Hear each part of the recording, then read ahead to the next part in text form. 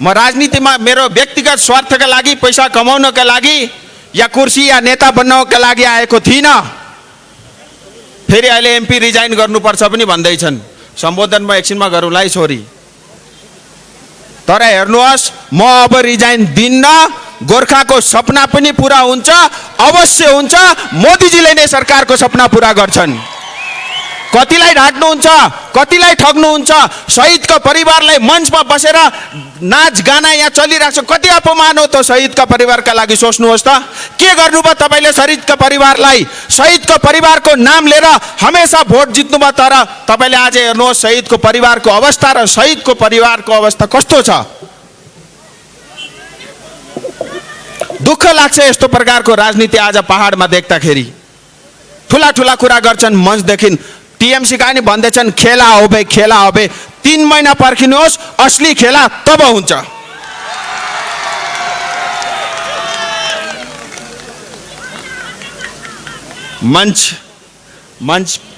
मंच पे उपस्थित हमारे पश्चिम बंगाल के यशस्वी अध्यक्ष और साथी मेंबर ऑफ पार्लियामेंट आदरणीय दिलीप दा, अर्जुन दा जो मेरे बड़े भाई भी है, सांसद भी है और भारतीय जनता पार्टी पश्चिम बंगाल के उपसभापति भी हैं, मन घिसिंग दाजू जीएनएलएफ का अध्यक्ष जो, नीरज जिम्मा जो, हमारा मोटा भाई विधायक कल्याण देवानज्यू, हमारा सभासद स्वराज थापाज्यू, मनोज देवानज्यू, रोकाज्यू, बीपी बजगाईज्यू, सावन रायज्यू, एलएम लामाज्यू, बीजेपी का जीएनएलएफ का सबै नेता व कार्यकर्तागण र सबै दार्जिलिङ पहाडका आमा बुबा दाजुभाइ दिदीबहिनी सबैलाई मेरो गोर्खे सलाम। आज यो परिवर्तन यात्राको पहाडमा दोस्रो दिन हो। धेरैका मनमा हुन सक्छ यो परिवर्तन यात्रा चाहिँ के हो भनेर। हेर्नुहोस्, यही परिवर्तन यात्रा हो जसले गोर्खाको सपना आउने दिनमा अवश्य पूरा गर्नेछ। यो परिवर्तन यात्रा पश्चिम बंगालको भ्रष्ट अहंकारी भ्रष्टाचारी यो फुपूलाई खेद्ने यो परिवर्तन यात्रा हो। यो परिवर्तन यात्रा गोर्खा जातिलाई बचाउने परिवर्तन यात्रा हो। हेर्नुहोस्, आज पहाड मासेका छन्। हामीहरुका ठुलदाई, मालदाई, सालदाई तीनटै दाइले पहाड मासिरहेका छन्। अहिले सालदाई के भन्दैछन्, पैसा चाहिँ सिन्टेक्समा हालो, सिन्टेक्समा पैसा खाँदेका छन् र युवा बेरोजगार भए रे। ती सिन्टेक्समा हालेका पैसा निकाल्नु रोजगार युवाले आफै पाइहाल्छन्। एउटा होस् कि दुईटा होस्, दुईटैले मूर्ख बनाइरहेको छ पहाडलाई। हेर्नुहोस्, यो प्रकारको अवस्थामा परिवर्तन हुनुपर्छ। हामीले साँचो राजनीति गर्नुपर्छ, ठग्नु हुँदैन। आजसम्म हामीले केही पनि पाएका छैनौँ हाम्रा देशबाट, आउँदो दिनमा हामीले पाएको हुनुपर्छ। त्यतातिर त्यो सोचेर हामीले राजनीति गर्नुपर्छ। अनि हामीले केही नपाएको कारण हामीहरूको जनता पहाड र तराई डुवर्सको जनता होइन, हामीहरूका नेताले गर्दा हो। दिल्ली पुगिसक्दा उनीहरूलाई पैसा चाहिन्छ, के को गोर्खाल्यान्ड चाहिन्छ उनीहरूलाई? खाली पैसा खोज्छ, खाली पैसा। यहाँ र हाउडेमा कुरा गर्छ, ठुला ठुला कुरा गर्छ, तर दिल्लीमा गएर हमेसा पैसा मात्रै खोज्छ, केही पनि दिएन भन्छन्। अझै हेर्नुहोस्, म भेद खोलेका दिन सबै बताइदिन्छु। भेद खोलेका दिन म सबै बताइदिन्छु। कति नम्बरको जुत्ता लगाउनुहुन्छ त्यो पनि म बताइदिन्छु। हामीहरूका दार्जिलिङका काउन्सिलर जाँदाखेरि दिल्लीका कुन होटलमा टोयलेटमा बसेर 2 घण्टा लुक्नु भएको थियो, त्यहाँबाट निकाल्ने राजु विष्ट हो, म त्यो पनि बताइदिन्छु। यी सबै प्रकारका राजनीतिमा परिवर्तन हुनुपर्छ। हेर्नुहोस्, आज दार्जिलिङ समस्त गोर्खा जाति 1.5 करोड भन्दा बेसी गोर्खा जातिको लागि एउटा मुटु हो। मुटु यो खाली राजनीति खेल्ने, राजनीति गर्ने स्थान मात्र होइन। हामीहरूका लागि दार्जिलिङ एउटा आध्यात्मिक सांस्कृतिक स्थल पनि हो। धेरै आस्था अपेक्षा राखेका छन् समस्त 1.5 करोड गोर्खाहरूले हामीमाथि, तपाईहरुमाथि। तर यस्तै हामीहरूका लोधरे जस्ता नेताले गर्दा आजसम्म 1.5 करोड गोर्खाले पनि दुःख पाइरहेको छ। मलाई त कसैको डर छैन, मेरो बाउको पनि डर छैन मलाई। हेर्नुहोस्, म साँचो बोल्छु, हामीहरूका अध्यक्ष पनि बसेका छन् माझमा मञ्चमा, मलाई अझै पनि पार्टीभन्दा मेरो जातिको माया छ, साँच्चै छ। र यो प्रकारको सकारात्मक एउटा पोजिटिभ हामीहरूले राजनीति पहाडमा गर्नुपर्छ। हेर्नुहोस्, जनताले नेतामाथि अहिले पनि भरोसा गरिरहेका छन्, आउँदो दिनमा पनि गर्छन्, किन भन्दा राम्रा नेता पनि छन्, सबै लोदर जस्ता नेता मात्र होइनन्, राम्रा पनि छन्। हेर्नुहोस्, म सुभाष घिसिङज्यूलाई प्रणाम गर्छु, मेरा आइडल हुन्। म त बेला बेला निरजीमाजीलाई भन्ने पनि गर्थ्यो, उहाँ हुनुहुन्थ्यो र उहाँका साथमा मैले काम गरेको थियो भने चाहिँ यति बेसी पर्खिनु पनि पर्दैन थियो, मिलिहाल्थ्यो, यता पनि मिल्थ्यो उता पनि मिल्थ्यो, दुईपट्टि नै मिल्थ्यो। उहाँलाई म किन प्रणाम गर्छु भने हेर्नुहोस्, 80 को दशकमा मलाई थाहा छ, म जन्मेको त थिइनँ तर सुनेको, आज नर्थ इस्टका गोर्खामाथि कति दुःख र मर्म परेको छ म बुझ्छु, किन भन्दा म मणिपुरदेखि आएको। मैले सानै केटाकेटी हुँदै घर छोडेर दिल्लीतिर भाग्नु किन पर्यो मलाई थाहा छ। त आज अरुणाचलको गोर्खाको पनि त्यस्तै अवस्था छ। 1962 देखि लिएर 68 सुबुन 6 साल करिब 3.5-4 हजार गोर्खालाई त्यहाँनेरि बोर्डरमा बसाए, तर आज उनीहरूको अवस्था, उनीहरूका बारेमा बोलिदिने कोही पनि छैन। दार्जिलिङ माथि आस्था गरेर हेर्छन्, तर दार्जिलिङ माथा त यही पहाडको 3टा थुम्चो मात्रै हेरेर बसिरहेको छ, के को 1.5 करोड गोर्खा केही गर्थ्यो। बोल्दा चाहिँ सम्पूर्ण 1.5 करोड गोर्खा भन्छ, तर अल्टिमेटली 3टा सिट जित्नका लागि जति पैसा पाउँछ त्यतिमै ऊ राजी छ, अरू उसलाई केही पनि चाहिँदैन। त्यही भएर यो प्रकारको जुन अवस्था हामीहरूले परिवर्तन गर्नुपर्छ। स्वर्गीय सुभाष घिसिङजीले 80 का दशकमा 1 लाख भन्दा बेसी गोर्खालाई नर्थ इस्टदेखि फेक्दा बाघ जस्ता उहाँ गर्जेका थिए, बाघ जस्ता गर्जेका थिए। आज धेरै प्रकारका कुरा हुँदैछन् पहाडमा। बेला बेला त म छक्कै पर्छु, बिजेपीलाई दोष दिन्छन्, मोदीजीलाई दोष दिन्छन्। मोदीजीले चाहिँ के बिगार्दियो, बिजेपीले चाहिँ के गर्दियो? आजसम्म त बिजेपी थिँदै थिएन त। विमल गुरुङ जिन्दाबाद भन्दै कुदिरहेको थियो बिजेपीका कार्यकर्ता पनि सँगसँगै। ल दाइ तिमी नै राजनीति गर पहाडको, हाम्रो देशको गर्छौ, मिलेर काम गरौँ भन्ने एउटा सपना थियो, तर केही पनि भएन। हेर्नुहोस्, आज बिजेपीलाई दोष दिन्छन्। शहीद कसले बनायो भन्नुहोस् त, कसले बनायो?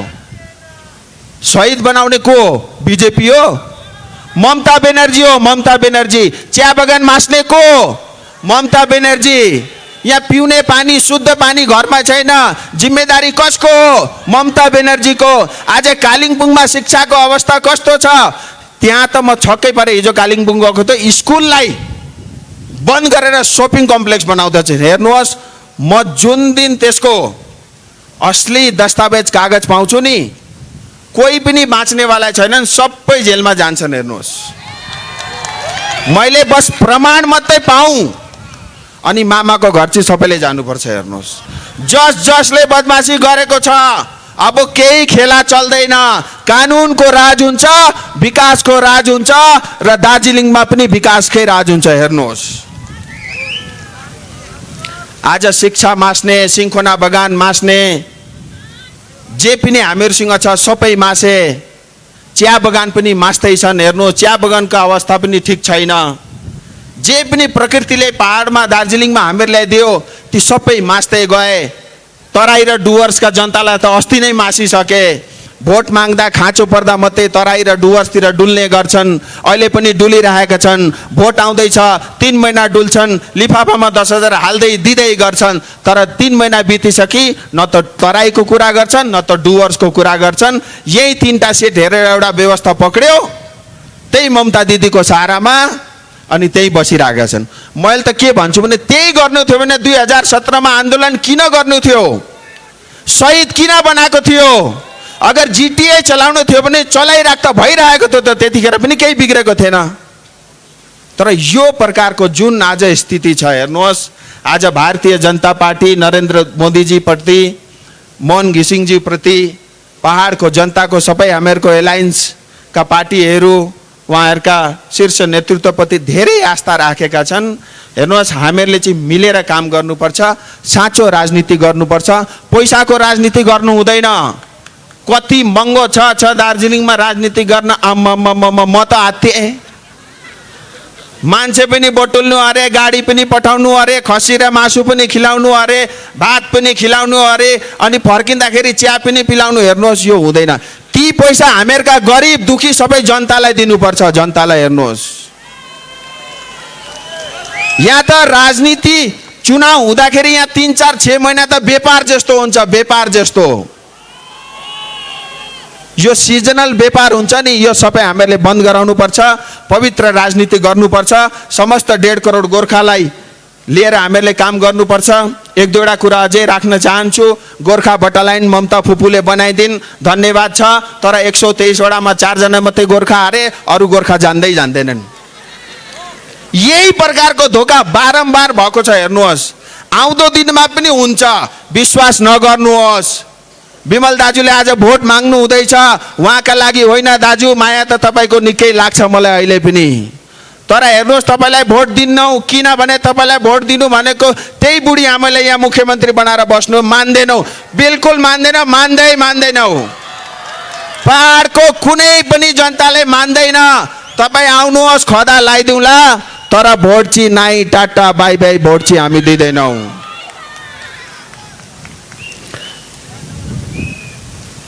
आज मोदीजीले के गरे, भारत सरकारले के गरे भन्ने धेरै कुराहरू छन्। हेर्नुहोस्, मोदीजी है तो सम्भव है भन्ने सुनिराख्नु भएको छ। धारा 370 पनि हट्यो, सीए कानुन पनि लागू भयो, ट्रिपल तलाक पनि हट्यो, बोरोल्यान्डको इस्युहरू पनि सबैको समाधान भयो।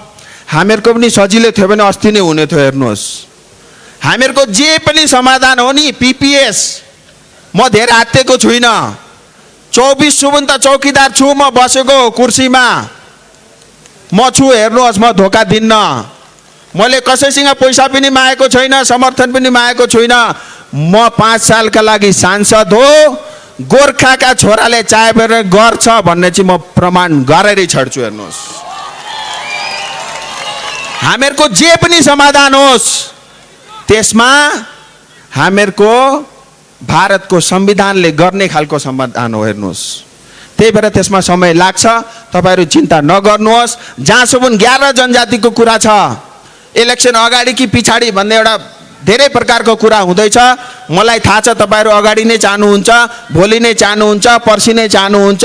म पनि त्यही चाहिरहेको छु। गृहमन्त्रीजीलाई पनि भेटेँ, दिलीप दालाई पनि भेटेँ। अघि डान्स हेर्नुभयो तपाईँले, त्यसको ड्रेस हेर्नुभयो, अब झट्टै दिइहाल्नु त भने ऊ मञ्चमै भने मैले। दिलीप दाले पनि धेरैचोटि यो हामीहरूको कुराहरू राखिदिनु भएको छ।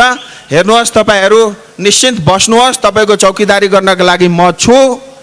मैले जति पनि कागजहरू बुझाउनु थियो गृहमन्त्रीजीलाई बुझाइसकेँ। उहाँले भोलि पनि गर्न सक्नुहुन्छ, पर्सि पनि गर्नु सक्नुहुन्छ।